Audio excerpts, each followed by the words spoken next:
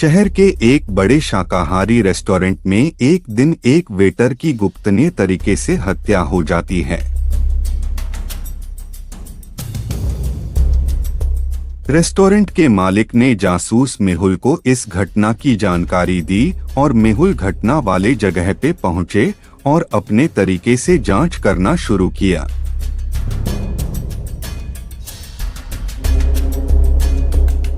वहां काम करने वाली सैफ मोना से पूछने पे उसने कहा,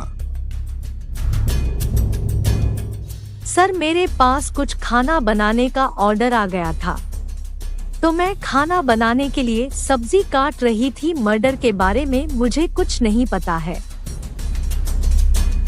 हाउसकीपिंग वाले से पूछने पे उसने कहा, सर मेरे पास बहुत काम था, मैं 2-3 दिन की रखी गंदी प्लेट साफ कर रहा था। उसके बाद सफाई करने में मैं व्यस्त हो गया, मुझे नहीं पता था कि वेटर को किसी ने मार दिया है। दूसरी वेटर जिसका नाम नीतू था उससे पूछने पे उसने कहा, मैं तो सभी ग्राहकों के ऑर्डर लगा रही थी जिसकी हत्या हुई है। वो सुबह आया था फिर कहाँ गया मुझे नहीं पता। उसकी हत्या कैसे हुई इसके बारे में मुझे कोई जानकारी नहीं है।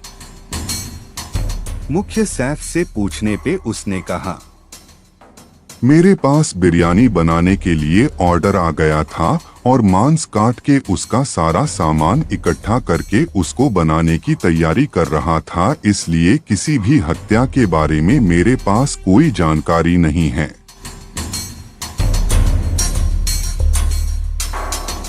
इन चारों के बयान सुन के आप क्या कहेंगे?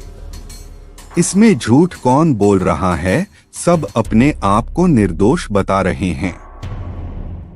अब आप बताइए कत्ल किसने की होगी?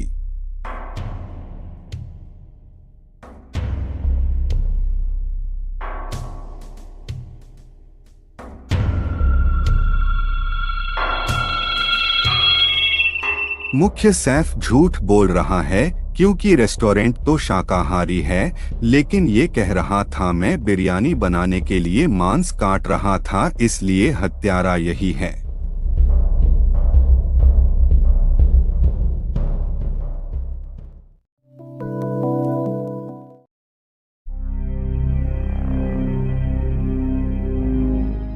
एक रात जब सोफी अपने कमरे में गहरी नींद में सो रही थी, तभी अचानक से चुपचाप एक चोर उसके कमरे में आ जाता है।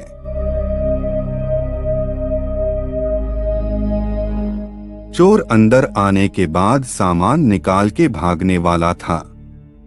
तभी सोफी की आंख खुल जाती है और वह जोर जोर से चिल्लाने लगती है, कोई पकड़ो चोर चोर चोर।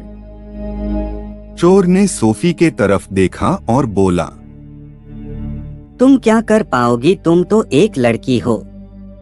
मैं तो तुम्हारे घर की कीमती सामान लेके जा रहा हूँ, अब तुमने देख ही लिया है तो पकड़ना हो तो पकड़ लो, मैं तो जा रहा हूँ। सोफी चोर को पकड़ नहीं पाई और वह भाग गया।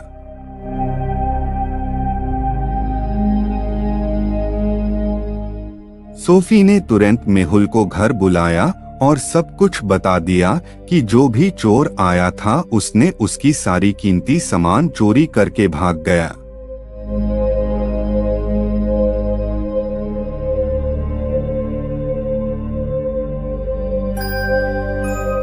सोफी ने मेहुल को यह भी बताया कि उसने चोर की एक फोटो ली है, लेकिन अंधेरा होने की वजह से फोटो काला आया है, चोर का चेहरा साफ नहीं आया है।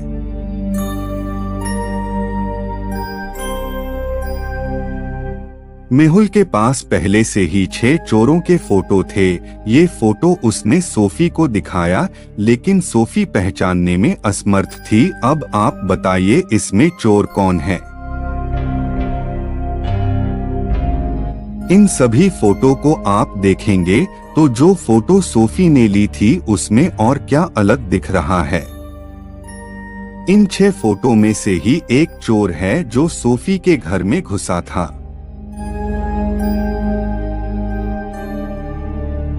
रात में ली हुई फोटो में चोर के मूंछ नहीं आ रही है। इन सभी 6 फोटो को देखने में एक चोर की सर पे बाल का एक जूड़ा है, इसका मतलब चोर भी ही है।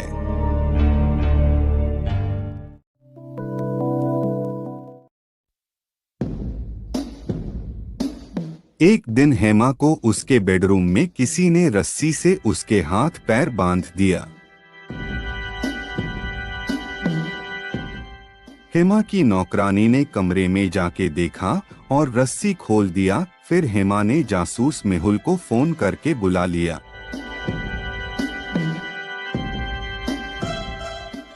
जासूस मेहुल हेमा के घर पहुंचते हैं और हेमा से पूछते हैं तो हेमा ने बताया, मुझे कोई कमरे में बांध के चला गया जब मैं सो रही थी।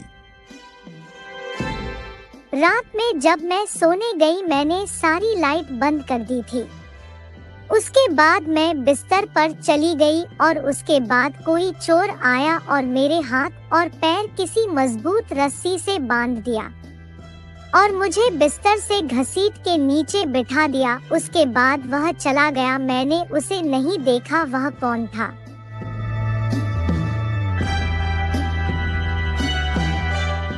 मैंने अपने तकिए के नीचे कुछ पैसा रखा था और बगल में रखे मेरे बैग में मेरे आभूषण थे, वो सब लेके चला गया।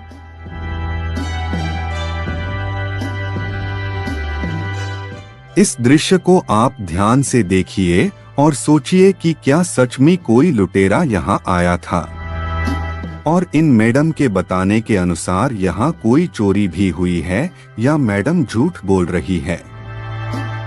सच क्या है?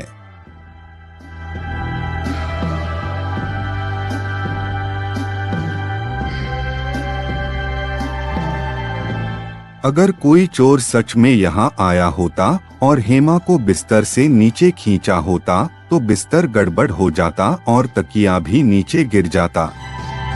लेकिन यहाँ ऐसा कुछ नहीं है, बिस्तर एकदम सही है। इसका मतलब हेमा झूठ बोल रही थी।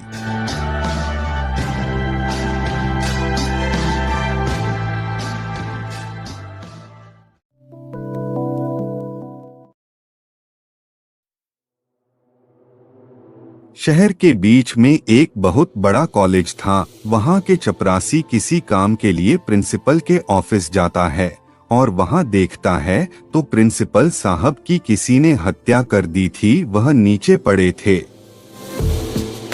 चपरासी तुरंत मेहुल को फोन करके बुलाता है और मेहुल वहाँ पहुँचते हैं। मेहुल वहाँ काम करने वाले सभी स्टाफ से पूछता है घटना के बारे में। नौकरानी से पूछने पे उसने कहा,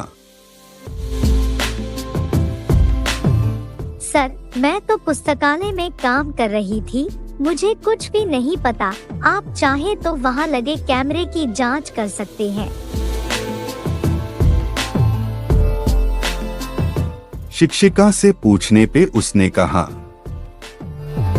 सर, मैं तो क्लासरूम में थी, वहाँ आए हुए सभी बच्चों को पढ़ाने में व्यस्त थी। ये सब घटना कब और किसने की मुझे तो कुछ पता ही नहीं चला। दूसरी टीचर से पूछने पर वो बोली, सर, मेरा चश्मा टूट गया था। मैं तो बाहर बाजार में अपने लिए नया चश्मा लेने गई थी। प्रिंसिपल सर की हत्या किसने की इसके बारे में मेरे पास कोई जानकारी नहीं है। आप चाहे तो चश्मे का बिल भी देख सकते हैं।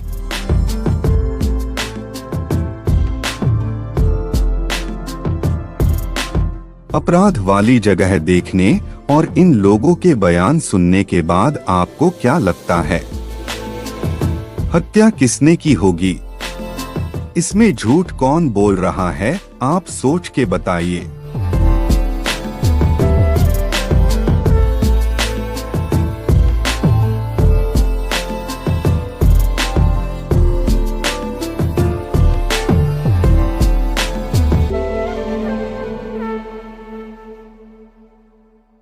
हत्या करने वाली दूसरी शिक्षिका है, क्योंकि हत्या के एक दिन पहले ही ये चश्मा लेके आई और प्रिंसिपल के पास रख के चली गई। दूसरे दिन ये सिर्फ बिल लेने के लिए गई, इसका मतलब ये झूठ बोल रही है, हत्या इन्होंने की होगी।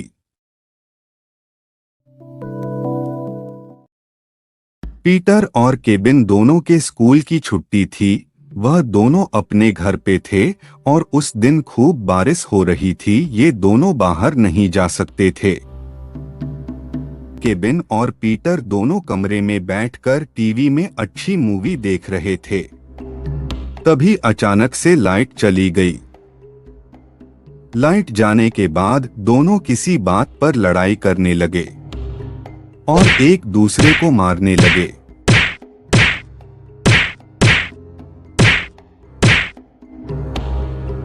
इन दोनों की मां किचन में खाना बना रही थी। तभी अचानक से लड़ाई की आवाज आती है और इन दोनों के कमरे में भाग के जाती है।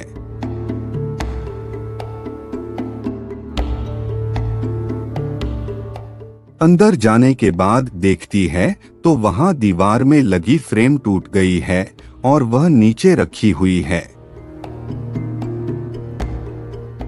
इसकी मां अपने गुस्से पे नियंत्रण रखते हुए इन दोनों से पूछती है कि फ्रेम किसने तोड़ा। दोनों अपने आप को निर्दोष साबित करने का दावा करते हैं। क्या आप अनुमान लगा सकते हैं कि ये फ्रेम किसने तोड़ा होगा?